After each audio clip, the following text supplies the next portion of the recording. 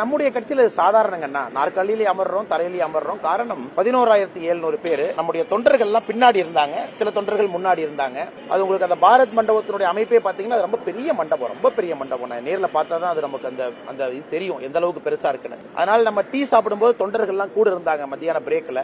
அவர்கள் எல்லாம் அழைத்தார்கள், இந்த மாதிரி நீங்க எங்களோட வந்து அமர வேண்டும் என்று. அதனால் தொண்டர்களோடு சென்றும் அவர்களோடு அமர்ந்து அந்த பாரத் மண்டபத்தில் நம்முடைய பிரதமர் அவர்கள் பேசுகின்ற உரையை கேட்பதற்கு ஒரு வாய்ப்பு. நம்ம கட்சியில சாதாரண எல்லாரும் எல்லா இடத்துலயும் உட்காருவாங்க. அந்த ஒரு அரங்குக்குள்ள போயிட்டோம் அப்படின்னா பிரதமராக இருந்தாலும் சரி, ஒரு சாதாரண தொண்டராக இருந்தாலும் சரி, அனைவரும் சமம் என்கின்ற அளவுல தான் பாரதிய ஜனதா கட்சியினுடைய கொள்கையும் கோட்பாடுகள் இருக்கு. அது உள்ள நீங்க பார்க்கலாம். எந்த தொண்டரும் கூட பிரதமர்கிட்ட போய் நேர்ல போய் பேசலாம்.